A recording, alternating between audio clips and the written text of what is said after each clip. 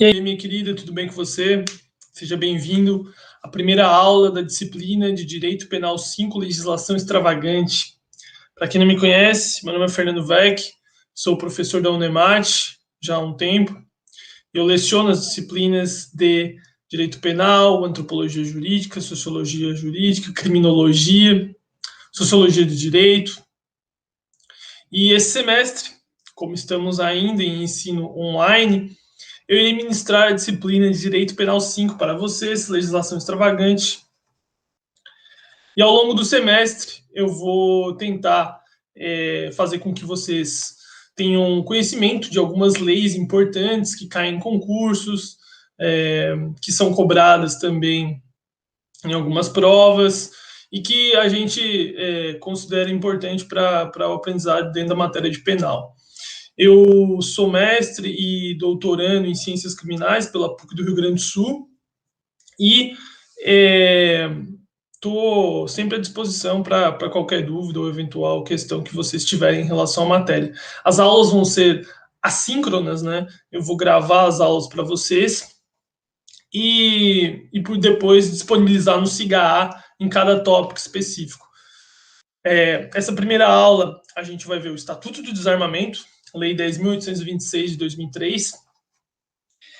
Só que antes de entrar propriamente na matéria, eu gostaria de explicar mais ou menos como é que vai funcionar a dinâmica das aulas. Nós, como eu falei, todas as aulas vão ser assíncronas, eu vou gravar elas para vocês e vão ficar disponíveis no SIGA. Nós vamos ter 3 avaliações, 2 são questões objetivas, 10 questões objetivas, em que, assim que começar o semestre, né, eu estou gravando essa aula ainda no período de férias, mas assim que começar o semestre, eu vou colocar as datas das 2 avaliações com 10 questões objetivas, e por fim a gente vai ter uma resenha sobre algum assunto específico da lei de drogas, especificamente, que é uma lei extensa e que também dá para a gente discutir bastante, beleza? Eu vou compartilhar com vocês os slides da aula de hoje sobre o Estatuto do Desarmamento. Só um instante. Detalhe importante. Muitos alunos são das primeiras fases, são da 9ª fase, geralmente querem o curso presencial de Pontes Lacerda. Então, eu queria dizer que eu estou disponível caso alguém precise de algum orientador em matéria penal, beleza? Tá, vamos lá, compartilhar aqui, apresentar agora, uma janela. Aqui, apresentação de slides. Bom, beleza.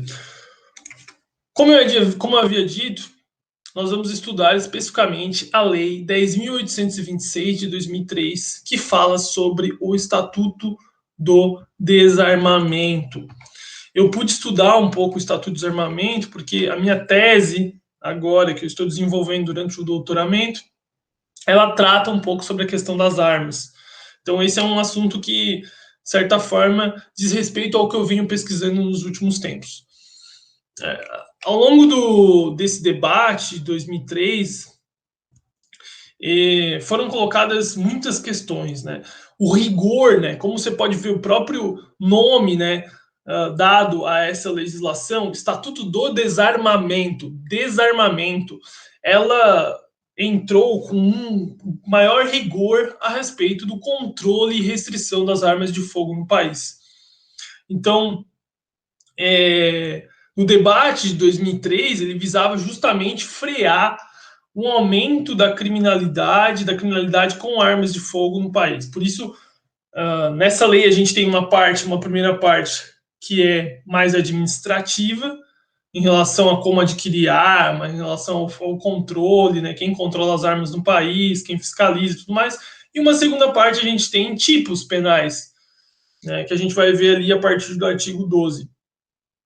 Então, essa legislação está dividida entre essas 2 partes. A gente vai, primeiro, falar dos aspectos mais administrativos dessa legislação, falar sobre os artigos iniciais, e depois vamos falar dos tipos penais. O que eu sugiro para vocês, meus queridos e minhas queridas, é que vocês leiam a legislação de forma esparsa mesmo, sem um doutrinador especificamente, leiam ela inteira para vocês irem pegando mais ou menos como ela funciona, como se dão os seus artigos expositivos. Posteriormente, leiam os doutrinadores, né, que eu vou colocar, eu vou mandar para vocês, tanto no SIGA quanto no próprio e-mail, beleza? Então tá, vamos lá. A Lei 10.826, conforme vocês estão vendo aí, ela foi complementada agora, né, por dois decretos. Existem dois decretos muito importantes que complementam a 10.826 de 2003. Né? Esse decreto número 10.030 de 2019, que aprova o regulamento de produtos controlados, a fiscalização de produtos controlados, e o decreto número 9.847 de 2019, que vai falar sobre aquisição, cadastro, registro e o porte, a comercialização de armas de fogo. Tá? Por que eu estou falando desses dois decretos? Né? Porque, por exemplo, a definição do que é arma de fogo, ela está presente no decreto 10.030 de 2019. O que é arma de fogo, meus queridos? Isso é importante, tá? Já começa por aí. Arma de fogo ela arremessa, né? Ela lança projéteis empregando a força expansiva dos gases gerados pela combustão de um propelente em uma câmara, geralmente como um cano, né? E dá origem ao chamado tiro, digamos assim. Né? O que é o tiro? O tiro é essa queima de um propelente, né? Essa combustão de um propelente que dá força expansiva em um gás e dispara o que a gente conhece como projétil. Né? Isso é uma arma de fogo. E por que é importante eu estar falando o que é uma arma de fogo? Porque eu pergunto, um arco e flecha é um instrumento que arremessa um projétil por meio da combustão de um propelente confinado em uma câmara? Não. Um arco e flecha não. Um arco e flecha exige força física para esticar uma corda e essa corda disparar a flecha. Uma besta é uma arma de fogo? Não. Também não é uma arma de fogo. Né? Porque, da mesma forma, é uma força física. Ou seja, eu estou falando isso porque saber o conceito de arma de fogo é importante para responder questões que possam vir a cair sobre a questão do Estatuto de Desarmamento, dizendo o que é uma arma de fogo. Tá. Sobre o decreto 9.847, ele é importante porque ele vai mostrar o que é aquelas três classificações de arma de fogo. Arma de fogo de uso permitido, arma de fogo de uso restrito e arma de fogo de uso proibido. Permitido, restrito, proibido. Tá?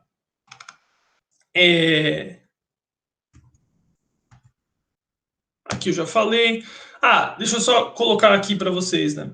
Sobre o que é arma de fogo de uso permitido, restrito e proibido, eu trouxe aqui alguns modelos. E uma das coisas que vai diferenciar no próprio decreto, no decreto 9.847, é a força em joules da arma. Tá? Aqui, ó, ali, nesse caso aqui, já mostra, né, no canto direito ali, as armas com a força dos joules. Então, para a arma ser de uso permitido, ela tem que ter força inferior a 1.620 joules. Acima disso, ela é considerada de uso restrito.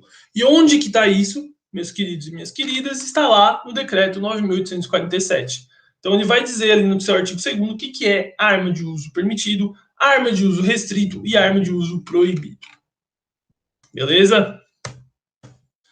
Aqui também, ó, mostra aí, né, alguns calibres. Ponto 380, ponto 44. Aí eu perguntei para vocês, né? Arma de fogo.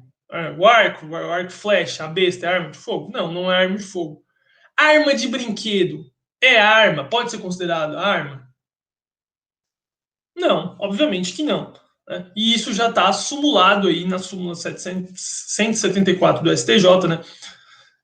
Por exemplo, a questão da arma de brinquedo, né? Não há o aumento de pena do roubo utilizando a arma de fogo, porque é uma arma de brinquedo. E arma de brinquedo não é arma de fogo, conforme aquele conceito que vimos.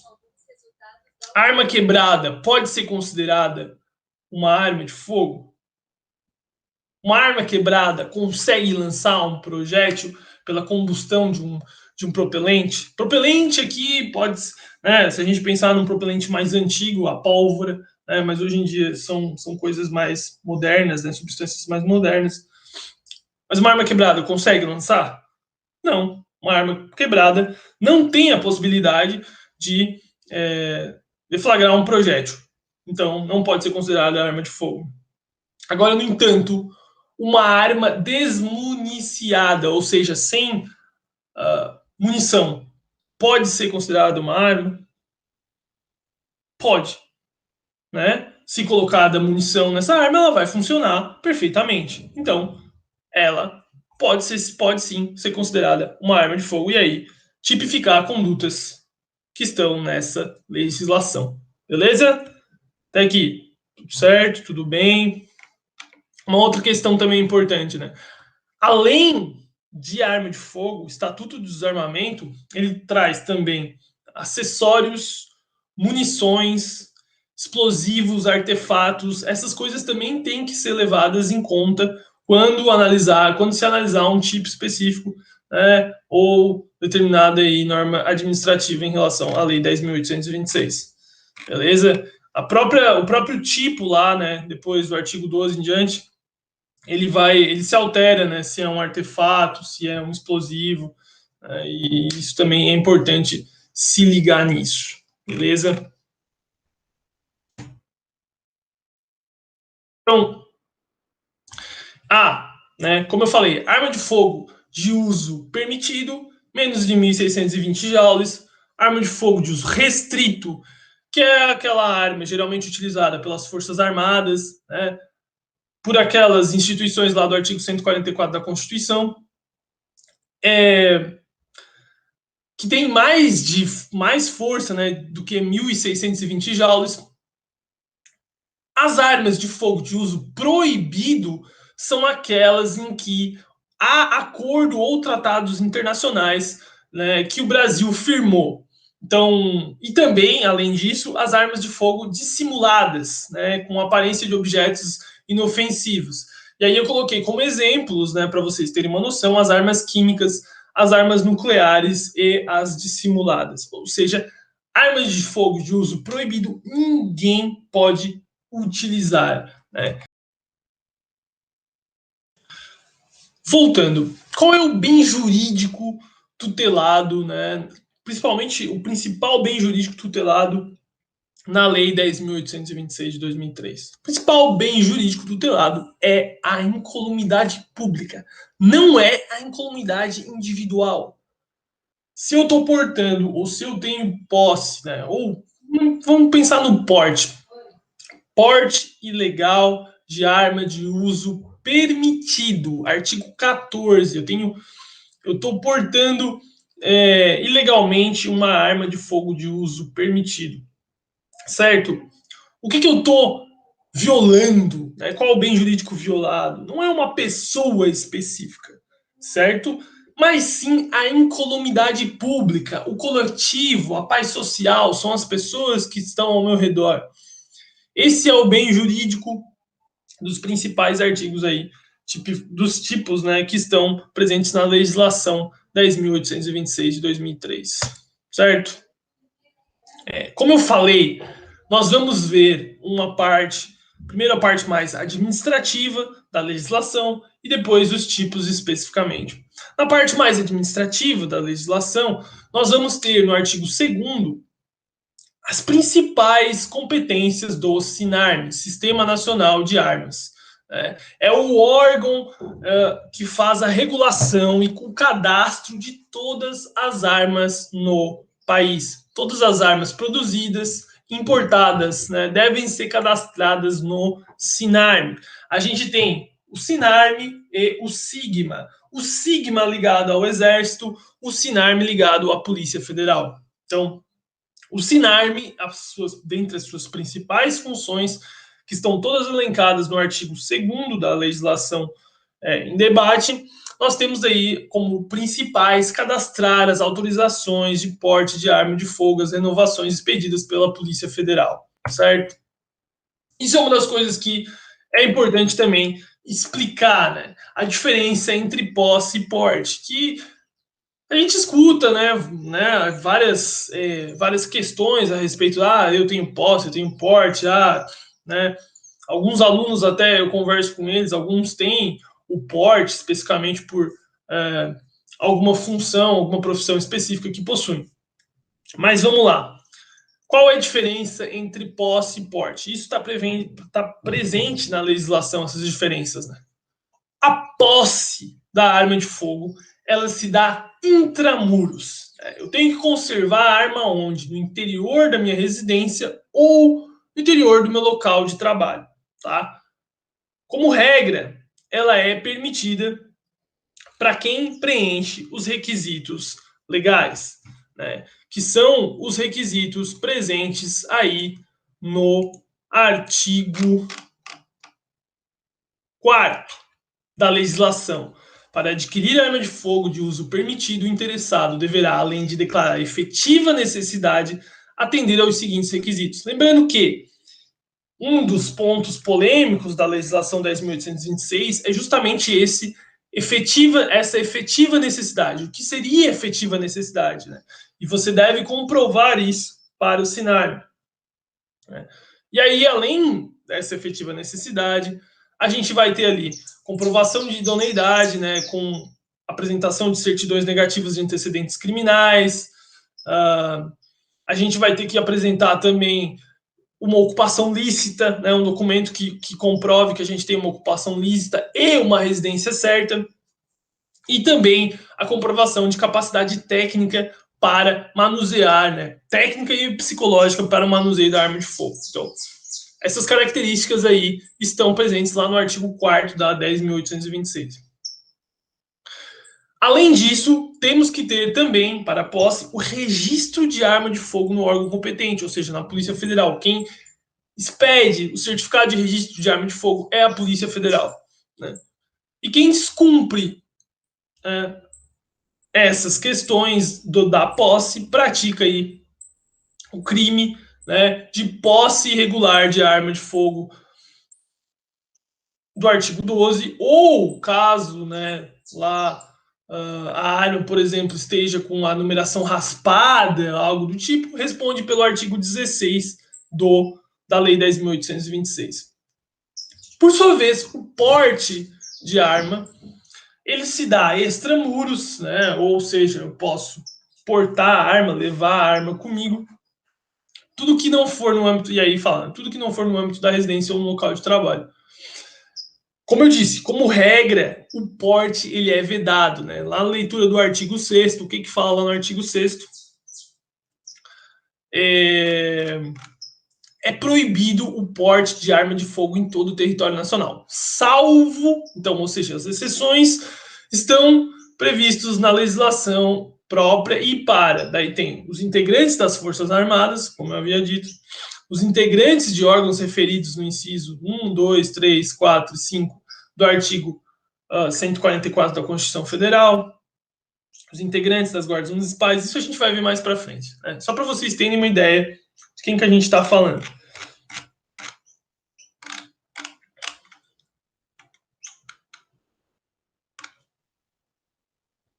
Uma das coisas também, né,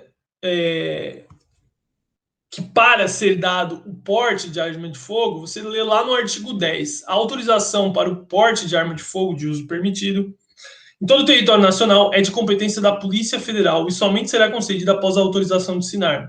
Parágrafo 1º. A autorização prevista nesse artigo poderá ser concedida com eficácia temporária e territorial limitada nos termos e atos regulamentares e dependerá de o requerente. 2 pontos. Aí temos demonstrar sua efetiva necessidade pelo exercício de atividade profissional de risco ou ameaça à sua integridade física. O que é atividade profissional de risco, né? Advogado, professor universitário, por exemplo, né? Eu, com certeza, consigo ter um porte de arma de fogo aí, tendo em vista que a minha atividade é muito perigosa, né? Tô brincando, obviamente. Mas é advogado criminalista, quem sabe. Tem amigos que são advogados criminalistas e possuem porte de arma de fogo. Tá, vamos falar então como é que eu faço para ter uma arma de fogo, né? Quais são as questões aí?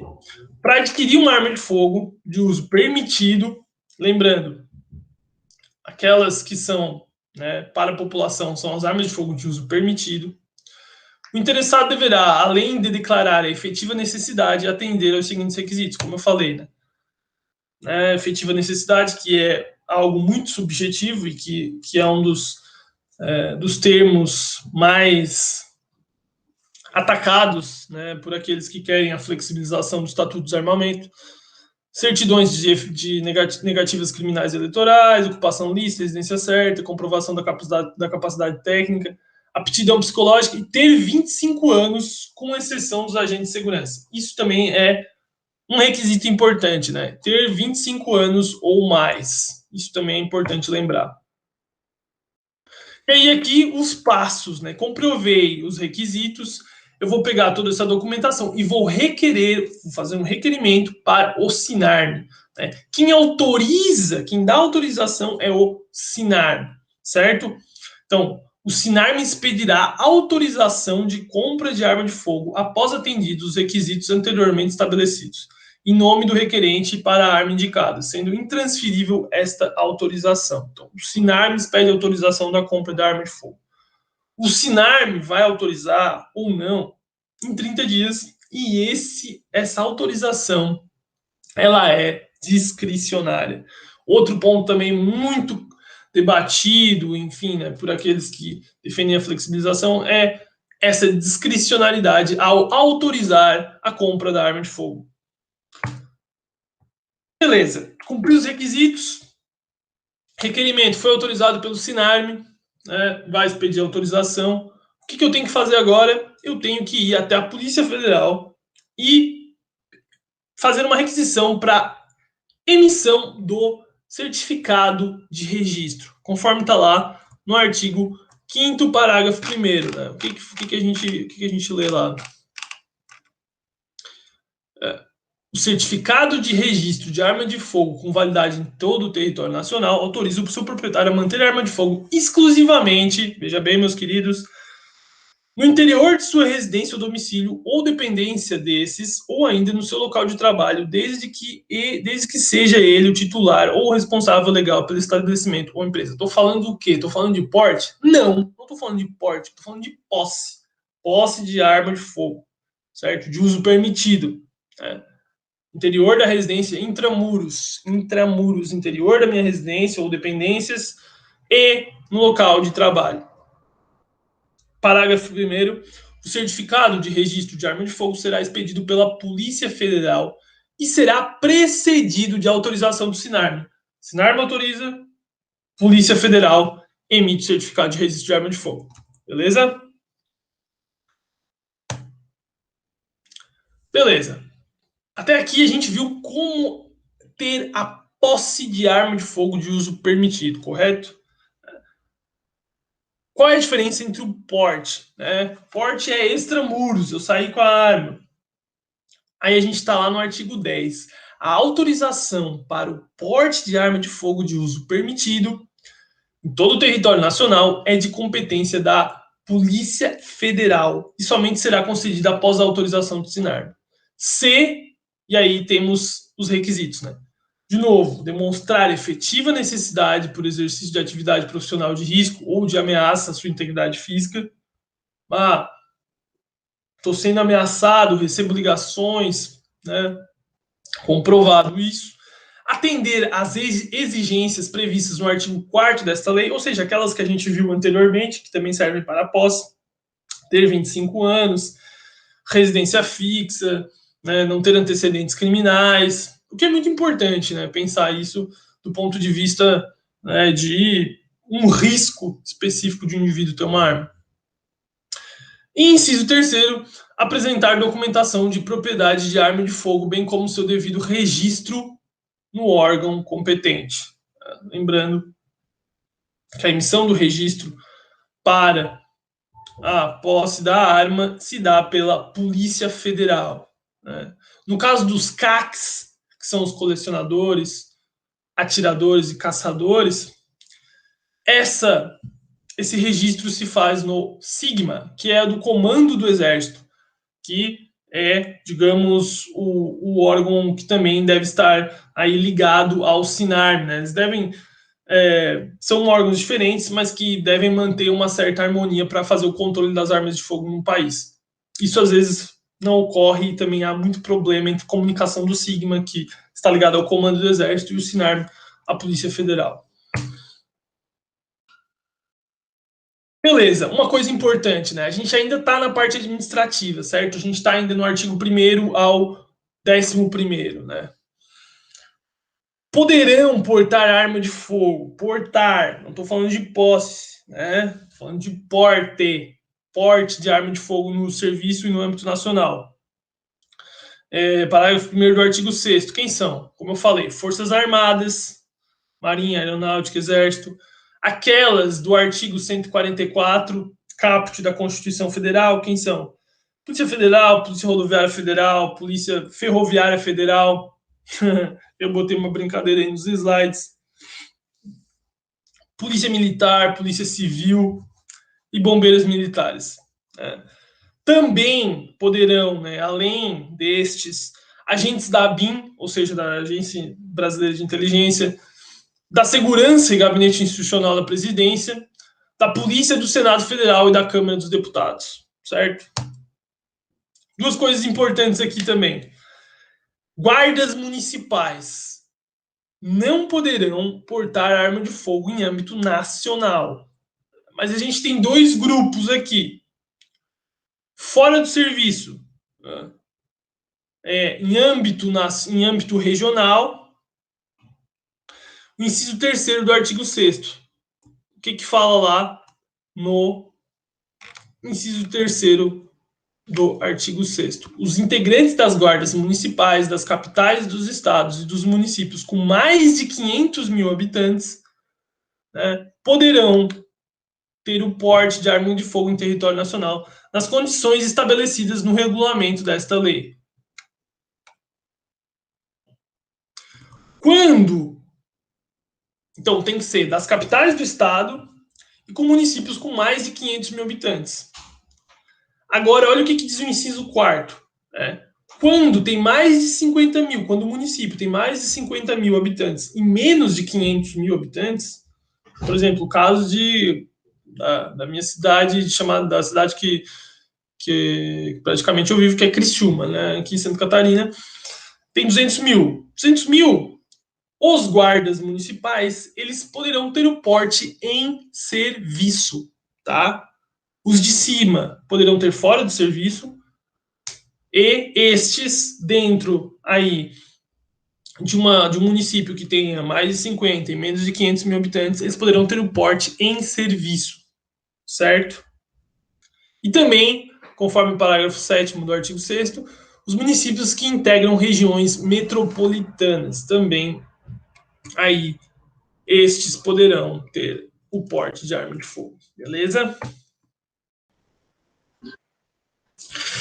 Beleza, pessoal. Agora nós vamos ver os tipos que estão presentes na legislação 10.826. O primeiro deles está lá no artigo 12, que é a posse irregular de arma de fogo de uso permitido.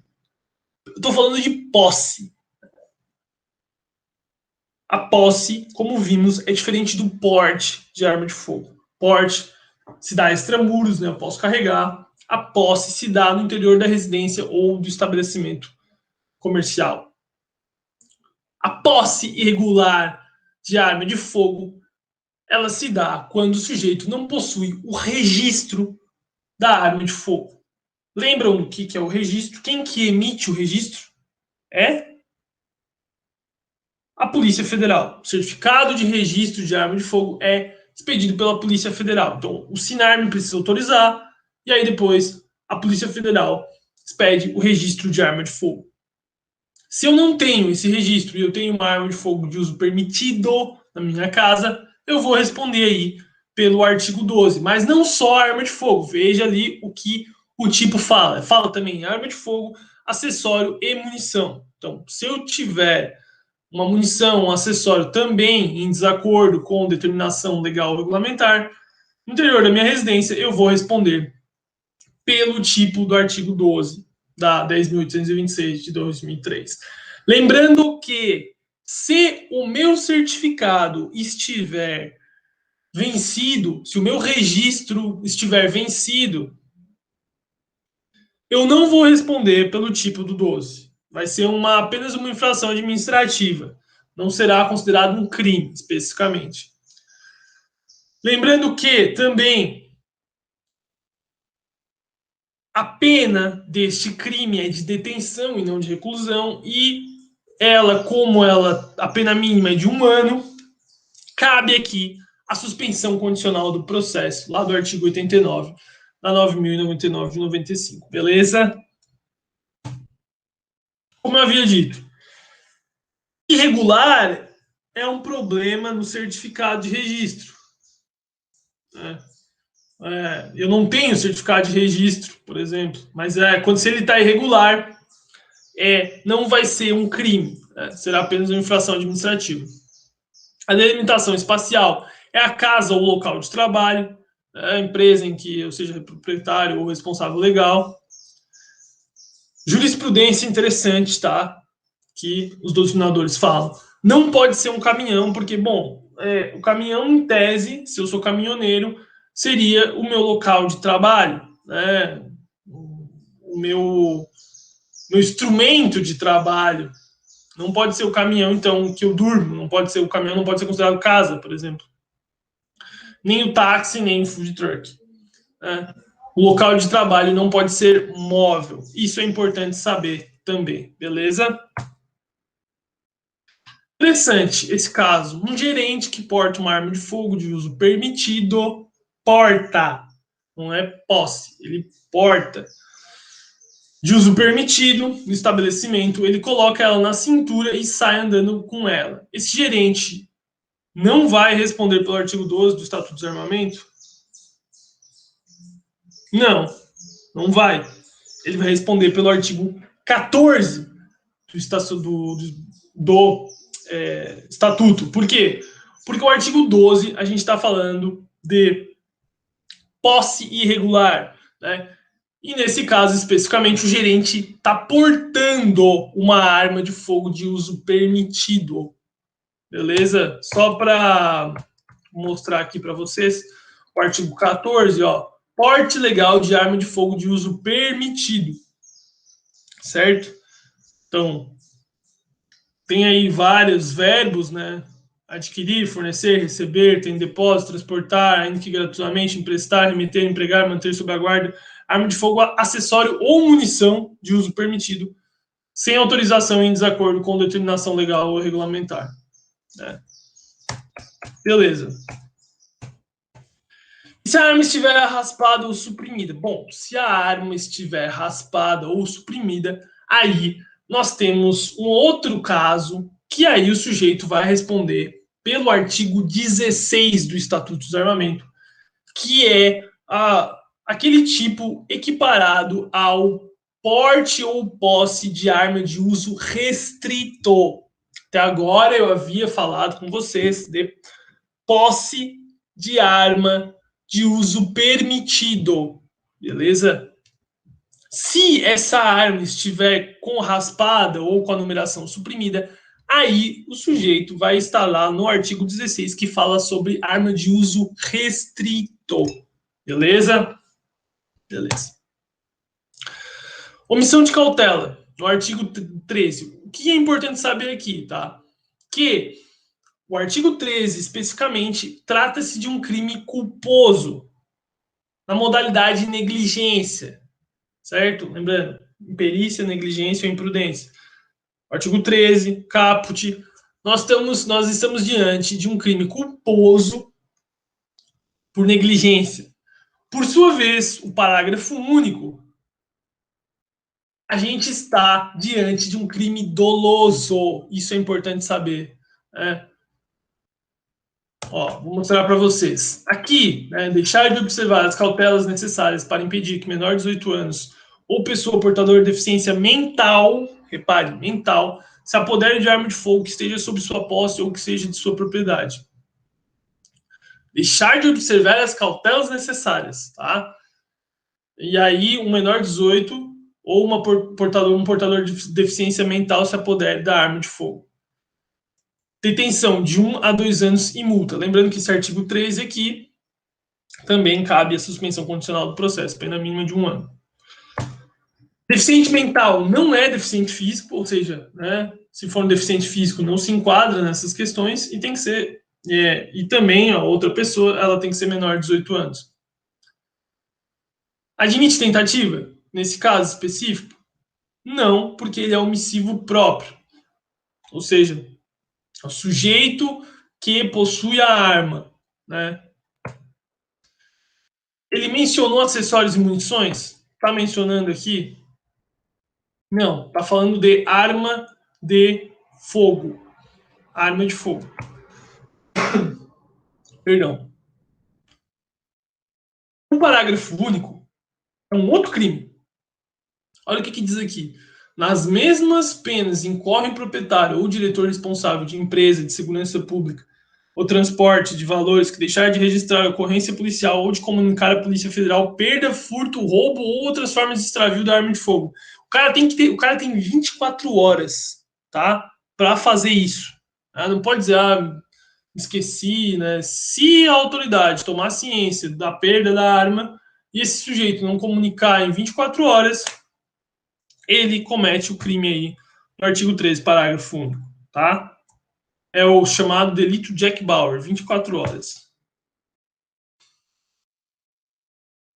Porte ilegal de arma de fogo de uso permitido, artigo 14, tá? Portar, deter, adquirir, fornecer, receber, ter em depósito, transportar, ceder, ainda que gratuitamente, emprestar, remeter, empregar, manter sob a guarda ou ocultar arma de fogo, acessório ou munição. Arma de fogo, acessório ou munição, tá vendo? Tá falando aqui no artigo 14. De uso permitido, sem autorização em desacordo com determinação legal ou regulamentar.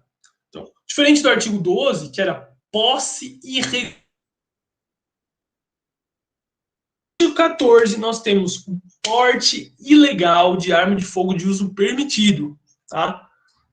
12 e 14, uso permitido. 16, uso restrito. Não se esqueça. Aqui não cabe suspensão condicional do processo, na pena de 2 a 4 anos.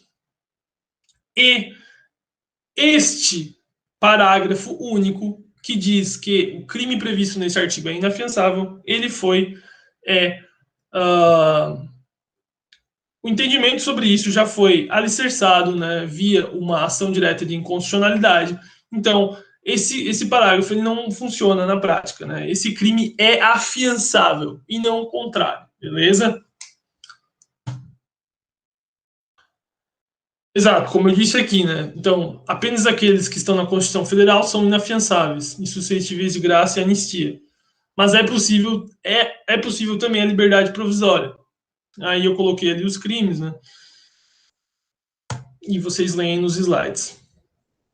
Artigo 15. Disparo de arma de fogo. Disparar arma de fogo ou acionar munição em lugar habitado ou em suas adjacências, em via pública ou em direção a ela, desde que essa conduta não tenha como finalidade prática de outro crime, tá? Se eu tenho aí a intenção de matar o sujeito, aí a gente vai estar diante de uma absorção desse artigo 15 pelo homicídio no 121 do Código Penal, beleza? Então, se eu der uns tiros para cima aqui perto de casa sem intenção de matar ninguém, né, em via pública ou, né, em lugar habitado, eu vou estar respondendo pelo 15 da 10.826 de 2003. Também não cabendo suspensão condicional do processo. E também o parágrafo único, né, ele não funciona, ele é sim afiançável. E aí a gente chega, né, no tipo em que vai falar sobre a posse ou o porte ilegal de arma de fogo de uso restrito. Artigo 16, tá? Posse ou porte ilegal de arma de fogo de uso restrito. Então, o que a gente vai ter? Possuir, deter, portar, adquirir, fornecer, ter em depósito, transportar, ceder, ainda que gratuitamente, emprestar, remeter, empregar, manter sob sua guarda ou ocultar arma de fogo, acessório ou munição. Tá falando dos três aqui, meus queridos. De uso restrito. O que é o uso restrito? Falei lá no começo da aula. Tá num decreto específico, né, na 9.847, quando a força da arma é mais que 1.620 joules, sem autorização em desacordo com determinação legal. Veja que as penas elas são gradativamente aumentadas. Né? No caso de uma arma aí de uso restrito, a gente vai ter aí uma pena de 3 a 6 anos. Se as condutas, olha o que diz o parágrafo 2º, se as condutas descritas no caput do parágrafo 1º deste artigo envolverem arma de fogo de uso proibido, a pena é de reclusão de 4 a 12 anos. Então, se for uma arma de uso proibido, que são aquelas armas em que há tratados, o Brasil, né, definiu como de uso proibido ou as dissimuladas, a pena é de 4 a 12 anos. Tá? Isso também é interessante lembrar. E aqui a gente tem, isso eu sugiro que vocês leiam, né? De novo, toda a legislação que eu passar para vocês nas aulas, leiam ela na seca, por favor. Isso é importante, tá? Forem fazer concurso para a polícia, para todos os órgãos aí relacionados à segurança, a legislação esparsa cai e é importante vocês lerem ela para entender, né? Lei seca mesmo.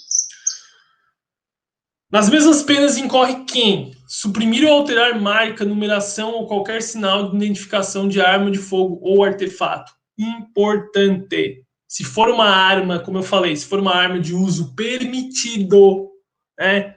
Mas eu alterar ou suprimir uma marca, numeração dela, eu vou responder pelo artigo 16, tá? Importante.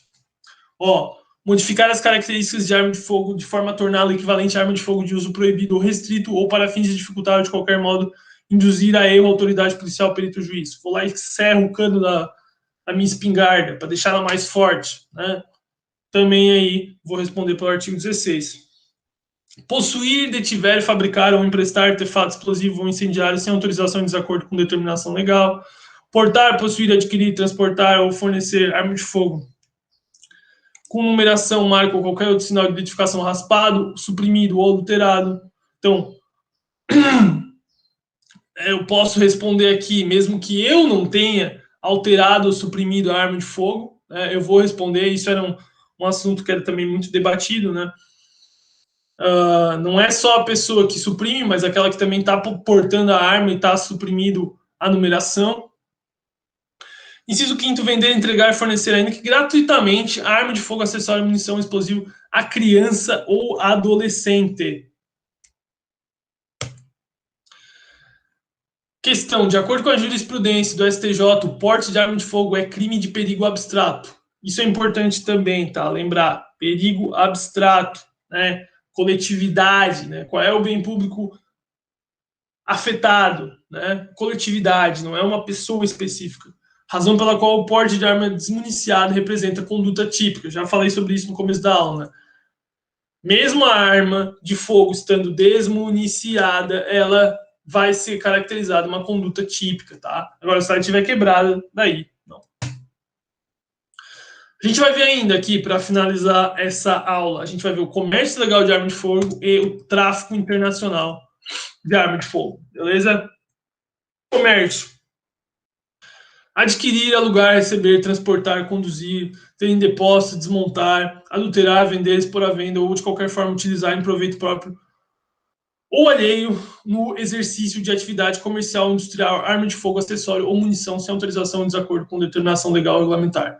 Seguinte, esse crime, o artigo 16, parágrafo 2º, que fala sobre arma de fogo de uso proibido, e o artigo 17 e o artigo 18 são crimes hediondos. Estão lá na legislação que trata sobre os crimes hediondos. O comércio, tá? Tem que ser atividade comercial. Então, para ser enquadrado aqui no artigo 17, temos que ter atividade industrial, comercial ou de indústrias, né?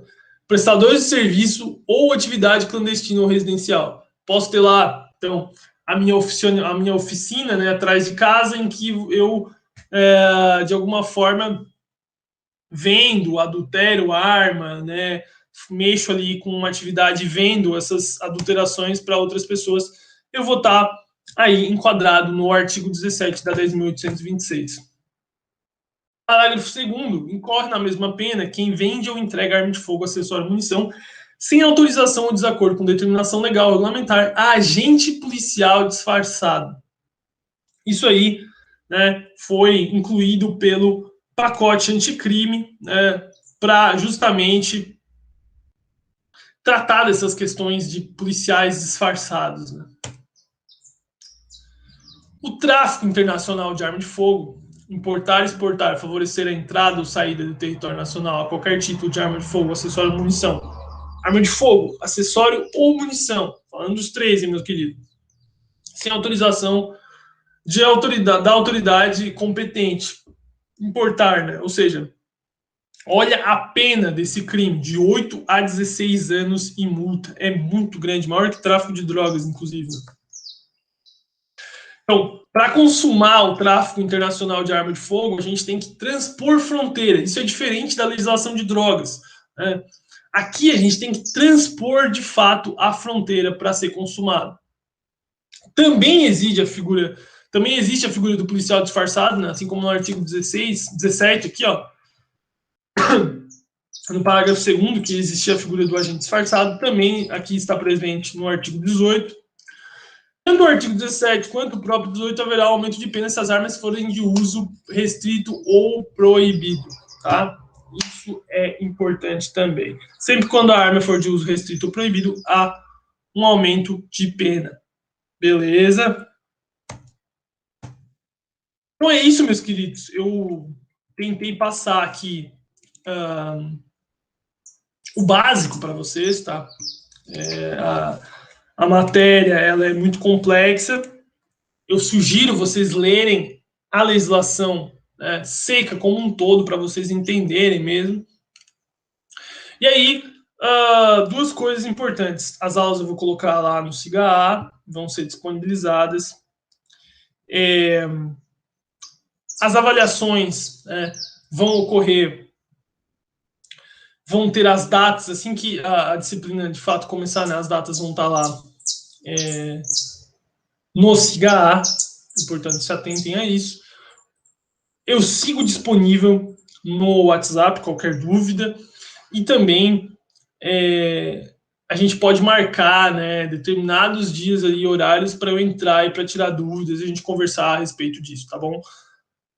No mais, qualquer questão, sempre me procurem e eu sigo aqui, beleza? Obrigadão pela aula e até a próxima.